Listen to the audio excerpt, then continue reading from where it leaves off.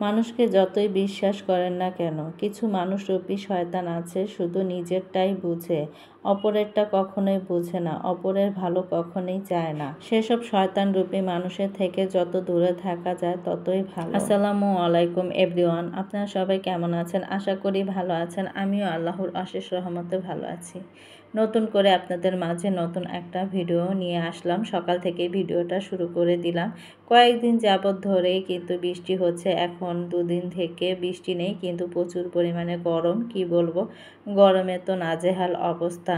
আর এই সময়টা কিন্তু অতিরিক্তই গরম পড়েছে। সবাই বলছে যে গরমে অবস্থা খারাপ। আর এখানে দেখেন পাতাগুলো দেখছিলাম, এক এক করে গাছগুলো দেখছিলাম, কারণ 2 দিন ধরে যেহেতু গরম পড়েছে, বৃষ্টি হয় না, তাই সব গাছে একটু পানি দিব। আর প্রত্যেকটা গাছে দেখছিলাম। এ তো দেখেন, এটা হয়েছে আমার দোপলা ফুল গাছ। এই ফুলগুলো মানে কি বলবো, মানে অনেকগুলো কলি এসেছিল, পরে দিয়ে অনেক দিন বৃষ্টি যেহেতু ছিল 1 সপ্তাহের উপরে, তখন গাছগুলো দেখছিলাম যে কলিগুলো মরে মরে গেছে, কেমন জানি হয়ে গেছে। আর আমার এই দোপলা ফুল এত শখ করে আমি লাগাই, তারপরে কেন যে হতে চায় না আমি বুঝি না। একটা ফুলও মনে হয় ধরে না, এরকম খুব খারাপ লাগে। তারপর আমি কিন্তু বোতল কেটে তারপর বাহিরের দিক দিয়ে দিয়েছি যে দেখি এখন হয় কি না, কিন্তু তারপরও দেখছি যে বৃষ্টির কারণে অনেক কলিগুলোই ঝরে পড়ে গিয়েছে। আর এখানে দেখেন ছোট নয়নতারা একটা ফুল হয়েছে। আর আমার শাশুড়ির কথা কি বলবো, পান খেয়ে তো চুন এদিকে ওদিকে লাগিয়ে রেখেছে, গাছের ভেতরেও চুন লাগিয়ে রেখেছে, কারণ তারা যেহেতু পান খায় তাদের একটা অভ্যাস। আর চিপটি তো আমার গাছের এই পাশ থেকে ফালা ওই পাশে যেয়ে পড়ে, এরকম। তা কিছু করার নাই, মুরব্বী মানুষ এসব করবে বলে আর লাভ নেই।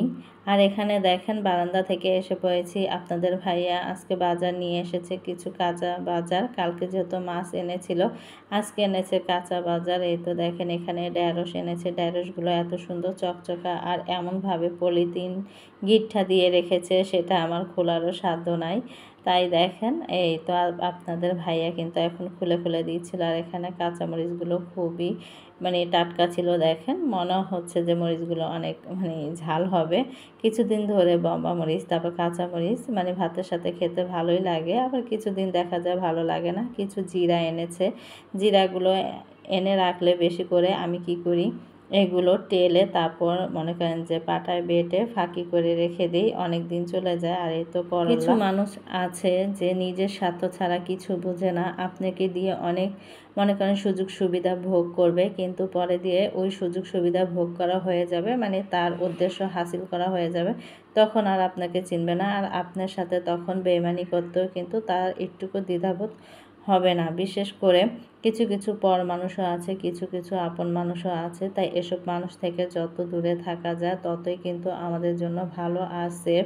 কারণ আমার সাথেও এরকম হয়েছে যে কিছু পর মানুষে নিজের স্বার্থের জন্য আমাকে অনেক ব্যবহার করেছিল এক সময়, কিন্তু আমাকে অনেকে বলেছে যে তোমাকে স্বার্থের জন্যই দেখো এরকম এরকম ব্যবহার করছে।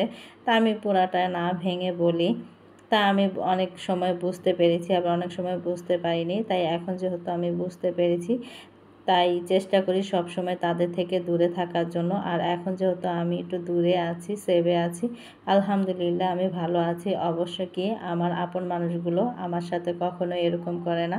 আমার আপন মানুষগুলো খুবই ভালো। আমার দাদির বাড়ি নানির বাড়ির মানুষ মানে সব সময় আমাকে একটা সাপোর্টিং করে। সব সময় মনে করেন যদি আমাদের ফ্যামিলিটা এরকম, কেউর কিছু হলে আমরা কিন্তু সবাই মনে করেন বিপদে খুশিতে আনন্দতে আমরা সবাই সবার উপরে ঝাঁপিয়ে পড়ি।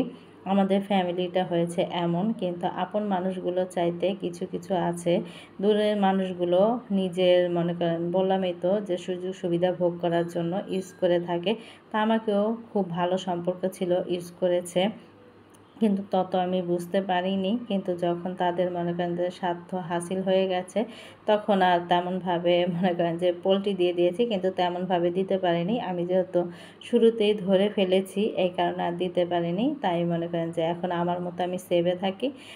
তাদের মতো তারা থাকে, কিন্তু আমার ধারের কাছেও আসতে পারে না। তা আপনারা এরকমই কিছু কিছু ফ্যামিলিতেও আছে, মনে করেন যে আপন মানুষগুলো অতিরিক্ত খারাপ হয়ে থাকে, মানে নিজের স্বার্থের জন্য আপন মানুষকেও কিন্তু ছাড়ে না। কিছু ফ্যামিলিতে আছে, আবার কিছু পরও আছে এরকম, পর হলেও মনেকে কিন্তু বুঝ দেওয়া যায়, কিন্তু আপন মানুষ যদি কেউ সাথে যদি মনে করেন যে গাদ্দারি করে, সেটা কিন্তু বুঝ দেওয়া যায় না অবশ্যই। তাই মনে করেন যে আপন হোক পর হোক, যদি আপনি বুঝতে পারেন যে না আপনাকে দিয়ে সে বড় ধরনের একটা মানে ফায়দা লুটতেছে, তখনই আপনি সেভে থাকবেন, এটাই। আর এখানে দেখেন আমরা যেহেতু বাঙালি ভর্তাপ্রেমী মানুষ, কি বলবো, একদিন মাছ মাংস পোলাও খেলে আর একদিন ভর্তা না খেলে মনে হয় পেটের ভাত হজম হয় না, এরকম একটা অবস্থা। তাই এই কারণেই কালকে যেহেতু একটু গোশ পোলাও খেয়েছি, তা আজকে মনে হচ্ছে যে একটু ভর্তা দিয়ে পেট ভরে ভাত খাই। তাই দেখেন ফাইনালি এখানে কিন্তু শুটকি ভর্তা আমার আম্মা আগেই বানিয়ে ফেলেছে, আর আমার হাতের ভর্তা অনেক ভালো লাগে। আমার আম্মার শরীরটা তেমন একটা ভালো না, সবাই দোয়া করবেন। আর এখানে দেখেন পেঁয়াজ মরিচ আগেই কিন্তু আম্মা কষলিয়ে রেখে দিয়েছে, তারপর আলুও কিন্তু সিদ্ধ করে কষলিয়ে রেখে দিয়েছে। এখন মনে করেন দুপুর সময় যেহেতু খাবারের সময়, এখন আম্মা আবার কি করছে, এগুলো সবগুলো কিন্তু ভর্তা বানিয়ে নিচ্ছে। আজকে খুদের ভাত রান্না করেছি, কারণ ভাত কিন্তু সকালে রান্না করে ফেলেছে, পরে দিয়ে আম্মা যেহেতু ডাল ভর্তা তারপর আলু ভর্তা বানিয়েছে, তাই আমার ঘরে খুদ ছিল।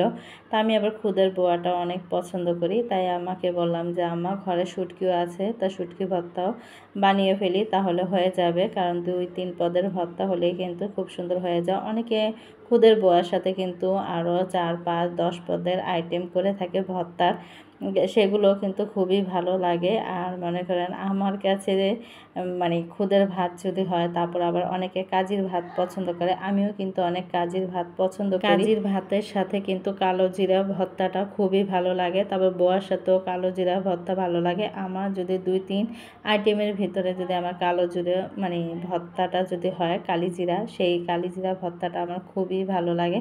তা আজকে আর কালিজিরা যেহেতু ছিল না ঘরে, তার ভর্তা বানানো হয়ও নাই। আর এখানে দেখেন 2 রকমের ভর্তা কিন্তু হয়ে গেছে, একটা হয়েছে মসুরি ডালের ভর্তা বানানো হয়ে গিয়েছে, আর একটা হয়েছে আলুর ভর্তা।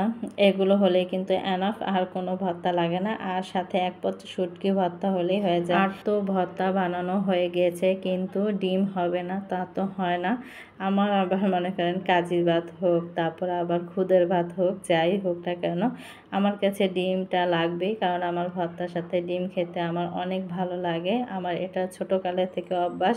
আমার ঘরে যখনই বোয়া ভাত রান্না করুক না কেন, আমি কিন্তু ডিমটা ভেজে নিই। আমার কাছে কার কাছে কেমন লাগে, অনেকে ভর্তা হলে হয়ে যায়, তার তেমন একটা ডিম লাগে না বা অন্য কিছু লাগে না, কিন্তু আমার ভর্তার সাথে ডিম লাগবে। তাই দেখেন এখানে 2টা ডিম আমি একসাথে করে ভেজে নিয়েছি, কারণ আমরা যেহেতু বাসায় 3 জন, আর আদনান আছে, আদনানে ও পেঁয়াজ মরিচ দিয়ে ডিম ভাজা খাবে না, এই কারণে ওটা মনে করেন যে সুধা ভাজতে হয়। আর আমরা যেহেতু এখানে 3 জন, আমার শাশুড়ি, আমার আম্মা আর আমি আছি, তাই এখানে 3 টুকরা করে নিলাম 2টা ডিমকে, আর আদনানকে আলাদা করে ভেজে দেব। আর এখানে দেখেন এভাবে ডিমটা যদি একসাথে করে ভাজা যায় না, 2টা ডিম বা 3টা ডিম, তাহলে ডিমটা অনেক মোটা হয়। আমার পাতলা ডিম ভালো লাগে না, যদি একটু মোটা হয় সেই ডিমটা খেতেও আমার কাছে ভীষণ ভালো লাগে। আর এখানে দেখেন এখন দুপুরে খাবার খাবো, আর আমার ভর্তার আইটেমগুলো দেখেন মাশাল্লাহ, কি বলবো, আমি যে এখন যে বয়স দিয়েছিলাম আমার দেখে খেতে ইচ্ছে করছে, আর আপনাদের কি হয় তা তো আর আমি জানি না। আর এখানে দেখেন এই তো ডিম ভেজে নিয়েছি, তারপর শুটকি ভর্তা, এটা হয়েছে ফেওয়া শুটকি ভর্তা। আমার বোনের জামাই কক্সবাজার গিয়েছিল কিছুদিন আগে, তারপরে এনেছিল, তাই সেইটারই ভর্তা বানিয়েছি। আর আলু ডাল ভর্তা, তাই এগুলো দিয়ে আজকে খাবার। আর লেবু কেটে নিয়েছি, আর গরম গরম মনে করেন বোয়াটা রান্না করেছি খুদের, তাই এখানে আমার শাশুড়ি আম্মাকে দিচ্ছিলাম। আমার শাশুড়ি আম্মা আবার মনে করেন শুটকি ভর্তা খেতে চায় না, তাই তাকে আর শুটকি দেইনি, তাকে ডিম দিয়েছি, আলু ভর্তা, তারপর ডাল ভর্তা দিচ্ছি। এই তো দেখেন শাশুড়ি মার প্লেটটা কিন্তু সাজিয়ে নিয়েছি, এখন তাকে দেব খেতে, সে আবার এখানে বসে খেতে পারবে না, তাকে ডাইনিং টেবিলে দিয়ে দিই। আর আমরা এখানে সবাই মিলে খাটে বসেই খাচ্ছিলাম। আর এখানে দেখেন আমার প্লেটটা আমি সাজিয়ে নিয়েছি। আর বোয়াটা কি বলবো, এত সুন্দর, মানে খুঁটটা ঝরঝরা হয়েছে। আমার কিন্তু এরকম মানে খুদের বোয়াই ভালো লাগে। সকালবেলা যদি আমি বোয়া ভাত রান্না করি বা অন্য কিছু রান্না করি, দেখা যায় যে আমার যেহেতু একটু দেরি করে খাই, তা আমার ওই গরম গরম খাওয়াটা হয় না। তাই কী করি, মাঝে মাঝে আমি বোয়া ভাত মানে আমি রান্না করে থাকি দুপুরে, কারণ গরম গরম জানি খেতে পারি। কারণ ঘরের সমস্ত কাজ কাম করে তারপর যেহেতু আমি খাই, তা আমার কাছে দেরি হয়ে যায়। এই কারণেই মনে করেন যে আমি প্রায় সময় মানে দুপুরবেলা রান্না করে থাকি বোয়া ভাতটা, মানে এটা দুপুরে একটা খাবার হয়ে যায়, আমার কাছে ভীষণ ভালো লাগে। আর এখানে দেখেন আমি কিন্তু একটার পর একটা ভর্তা দিয়ে মানে টেস্ট করছিলাম। আমি এখানে আলু ভর্তা দিয়ে খেয়েছি, এখন ডাল ভর্তা, তারপর এই তো এই শুটকি ভর্তা দিয়েও খেয়েছি। কিন্তু আমার কাছে বিশেষ করে বেশি ভালো লাগে কি জানেন, প্রত্যেকটা ভর্তা একসাথে করে মেখে ডিম দিয়ে মাখিয়ে খেতে, সেই মানে খাবারটা আমার কাছে ভীষণ ভালো লাগে। কিন্তু আগে একটা একটা করে প্রত্যেকটা মানে টেস্টটা বুঝছিলাম যে কেমন হয়েছে, মজা হয়েছে কি না। আর এখন দেখেন সেই আমার আগের ইসে আমি ফিরে গিয়েছি, মানে প্রত্যেকটা খেয়ে দেখেছি যে কেমন লেগেছে। এখন সবগুলো একসাথে মিলিয়ে খাবো, কারণ আমার মনে হয় যে একটা একটা করে ভর্তা খাওয়ার চাইতে সবগুলো একসাথে মিলিয়ে খেলে সেই ভর্তা মানে খুদের ভাতটার টেস্টটা আরও দ্বিগুণ বেড়ে যায়। এ তো দেখেন আমি কিন্তু এখন মিশিয়ে খাচ্ছিলাম ডিম দিয়ে। এ তো দেখেন কালার আর ডিমের মানে খুবই মজা লাগে। যারা এইভাবে খানে তারা খেয়ে দেখতে পারেন, খুবই ভালো লাগে। ভিডিওটা আর বড় করব না, সবাই ভালো থাকবেন, সুস্থ থাকবেন, আল্লাহ হাফেজ।